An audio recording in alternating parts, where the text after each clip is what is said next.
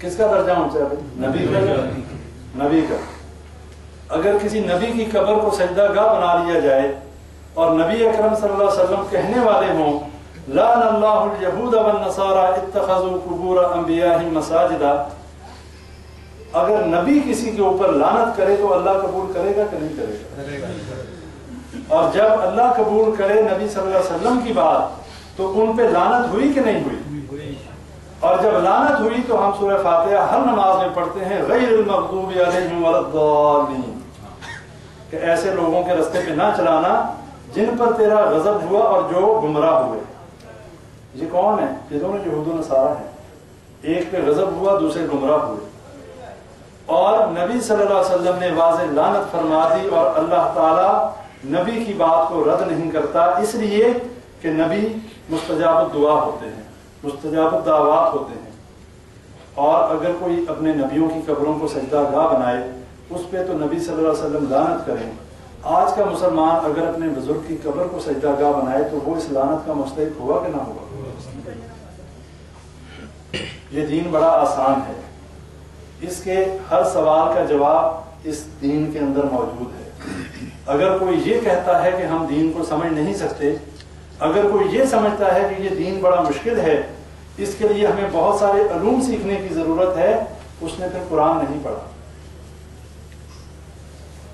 اس نے قرآن نہیں پڑھا. قرآن میں اللہ کیا کہتا ہے؟ اب اللہ کی بات سچی، اللہ کے قرآن کی بات سچی، یا آج ہمارے بھائیوں کی بات سچی؟ اور اللہ کہتا ہے وَلَقَدْ يَسَّرْنَا الْقُرْآنَ لِلذِّكْرِ فَهَلْ مِن مُدَّكِرٍ. کیا معنی؟ ہم نے اس کتاب کو آسان نازل کیا، غور و فکر کے لیے کوئی ہے تدبر کرنے والا، کوئی ہے غور و فکر کرنے والا؟ کیا آج جس دور میں ہم زندگیاں گزار رہے ہیں، اس دور میں کیا ہم اس اللہ کی کتاب کو نہیں سمجھ سکتے؟ کیا کتنی زبانوں میں اس کلام پاک کا ترجمہ ہو چکا؟ اللہ کی توحید کا بیان اس میں اتنا کھلا اور واضح موجود ہے. کوئی شخص قرآن کا ترجمہ پڑھے اور کھلے دل سے پڑھے، جو مرضی کر لے انشاءاللہ وہ اللہ کے ساتھ شرک نہیں کر سکتا.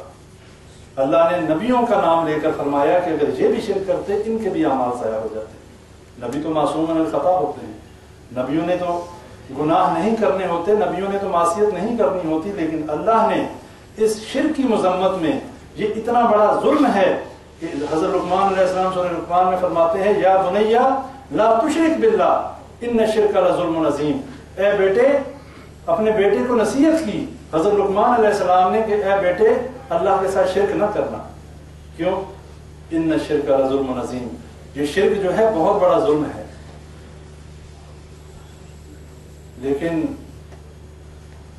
اگر ہم اپنے گریبانوں میں دیکھیں، میں اپنے گریبان میں دیکھوں، آپ اپنے گریبان میں دیکھیں، جن علاقوں سے جہاں سے ہمارا تعلق ہے بر صغیر پاک و ہند سے، آج ہمارے ہی بہن اور بھائی، ہمارے ہی خاندان اور ہماری ہی برادریاں، کتنے لوگ ہیں جو اللہ کی توحید کو سمجھنے والے ہیں. کیا کچھ نہیں ہو رہا ہمارے گلی محلوں میں؟ یہ کون سے دین کی دعوت ہے کہ ہمارے ملک میں کتنے ہی شرک کے اڈے موجود ہیں، لیکن ہم بڑے مزے سے، ہمارے صحت پہ کوئی فرق نہیں پڑتا کہ کوئی اللہ کے ساتھ شرک کرے، جبکہ اللہ قرآن میں کہتا ہے کہ یہ ظلم عظیم ہے. اس سے بڑا ظلم کوئی نہیں. اللہ نے جنت حرام کر دی. اللہ قرآن میں فرماتا ہے ان اللہ لا یغفر ان یشرک بہ ویغفر ما دون ذلک لمن یشاء. جس نے میرے ساتھ شرک کیا میں اس کو ہرگز معاف نہیں کروں گا، اس کے علاوہ جس کو چاہوں معاف کر دوں اور جس کو چاہوں سزا دینے کے بعد معاف کر دوں. اور یہ بھی کانسیپٹ اپنا کلیئر کر لیں، اپنے اس عقیدے کو صحیح کر لیں کہ نبی اکرم صلی اللہ علیہ وسلم کی شفاعت برحق ہے، لیکن کن لوگوں کے لیے؟ کہ جو مواحد لوگ ہوں گے. اللہ نے قرآن میں منع کر دیا نبی اکرم صلی اللہ علیہ وسلم کو کہ کسی مشرک اور منافق کے لیے آپ استغفار اور توبہ نہیں کر سکتے، اس کا جنازہ بھی نہیں پڑھ سکتے، اور مومنین کو بھی منع کر دیا گیا. وہ واقعہ یاد ہوگا آپ لوگوں کو، عبداللہ بن ابی جو منافق تھا، جس کا جنازہ نبی اکرم صلی اللہ علیہ وسلم نے پڑھا، اپنی قمیض ادا کی. اللہ نے قرآن میں آیات نازل کر دی کہ اگر آپ 70 دفعہ یا اس سے بھی زیادہ اگر آپ استغفار کریں گے میں نے اس کو نہیں بخشنا۔ کیا نبیوں کے وہ واقعات ہمارے سامنے نہیں ہیں؟ حضرت نوح علیہ السلام کے بیٹے کا واقعہ کسی کو معلوم نہیں کہ نبی جو اللہ کے برگزیدہ بندے ہوتے ہیں اگر ان کی اولادیں بھی شرک کریں اللہ معاف نہیں کرتا۔ طوفان نوح میں حضرت نوح علیہ السلام کا بیٹا غرق ہوا کہ نہیں ہوا؟ اسی لیے ہوا کہ وہ نافرمان تھا۔ نوح علیہ السلام نے کہا اے اللہ یہ تو میرا بیٹا ہے، اللہ نے ڈانٹ دیا، اللہ نے کہا یہ تیرا بیٹا ہی نہیں ہے، یہ تیرے اہل میں سے ہے ہی نہیں۔ یعنی اگر سگا بیٹا بھی ہو اور وہ نافرمان ہو تو وہ اہل میں سے ہے ہی نہیں۔ اور کیوں نہیں؟ اس لیے کہ اس کے عمل جو ہیں غیر صالح ہیں، اس نے تیری دعوت پہ لبیک نہیں کہا۔ نبی صلی اللہ علیہ وسلم چاہتے تھے کہ ان کا چچا ایمان لے آئے، اللہ نہیں چاہتا تھا، نہیں ایمان لایا۔ حضرت ابراہیم علیہ السلام کے والد آزر کے بارے میں کون نہیں جانتا کہ حضرت ابراہیم علیہ السلام نے بہت دفعہ دعوت دین دی، توحید کی دعوت دی، نہیں قبول کی۔ صحیح مسلم میں حدیث آتی ہے قیامت کے دن حضرت ابراہیم علیہ السلام اپنے والد آزر سے کہیں گے کہ اے ابا جان میں تجھے کہتا رہا دنیا میں کہ میری بات مان لو، تم نے نہیں مانی، آج اللہ کے عذاب سے تجھے کوئی نہیں بچا سکتا۔ اور آزر کہے گا کہ اے بیٹے آج میں تیری ہر بات مانوں گا، مجھے بچا لے۔ اور یہ مکالمہ نقل کیا حضرت ابراہیم علیہ السلام اللہ سے کہتے ہیں اے اللہ تیرا وعدہ تھا میرے ساتھ کہ مجھے قیامت کے دن ذلیل نہیں کرے گا، یہ میرا باپ ہے ساری دنیا کے سامنے یہ جہنم میں جائے گا، اس سے بڑی ذلت کیا ہو۔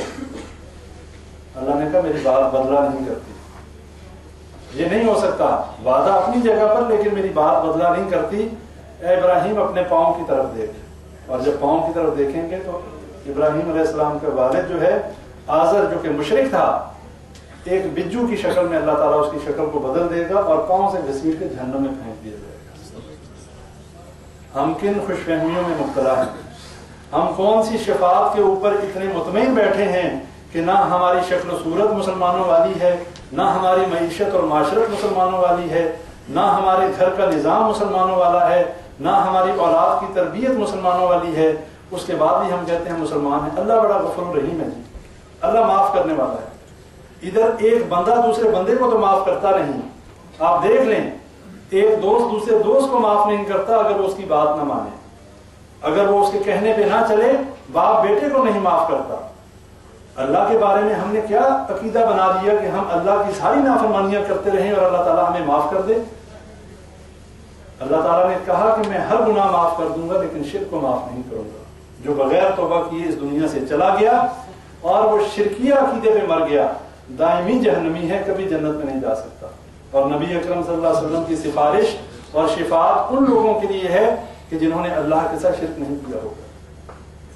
اور یہ حدیث میں آپ نے بارہا پڑھا ہوگا کہ نبی صلی اللہ علیہ وسلم کو اللہ تعالیٰ فرمائے گا کہ جس کے دل میں رائی کے دانے کے برابر بھی ایمان ہے اسے بھی جہنم سے نکال دے۔ اب یہ رائی کے دانے کے برابر ایمان کا کیا مطلب؟ ایسے لوگ بھی جہنم سے نکلیں گے کہ جنہوں نے ساری زندگی کوئی نیک عمل کیا ہی نہیں، کوئی نیک عمل نہیں کیا ساری زندگی، لیکن کیا تھا ان کے پاس؟ ان کے پاس توحید تھی، انہوں نے شرک نہیں کیا۔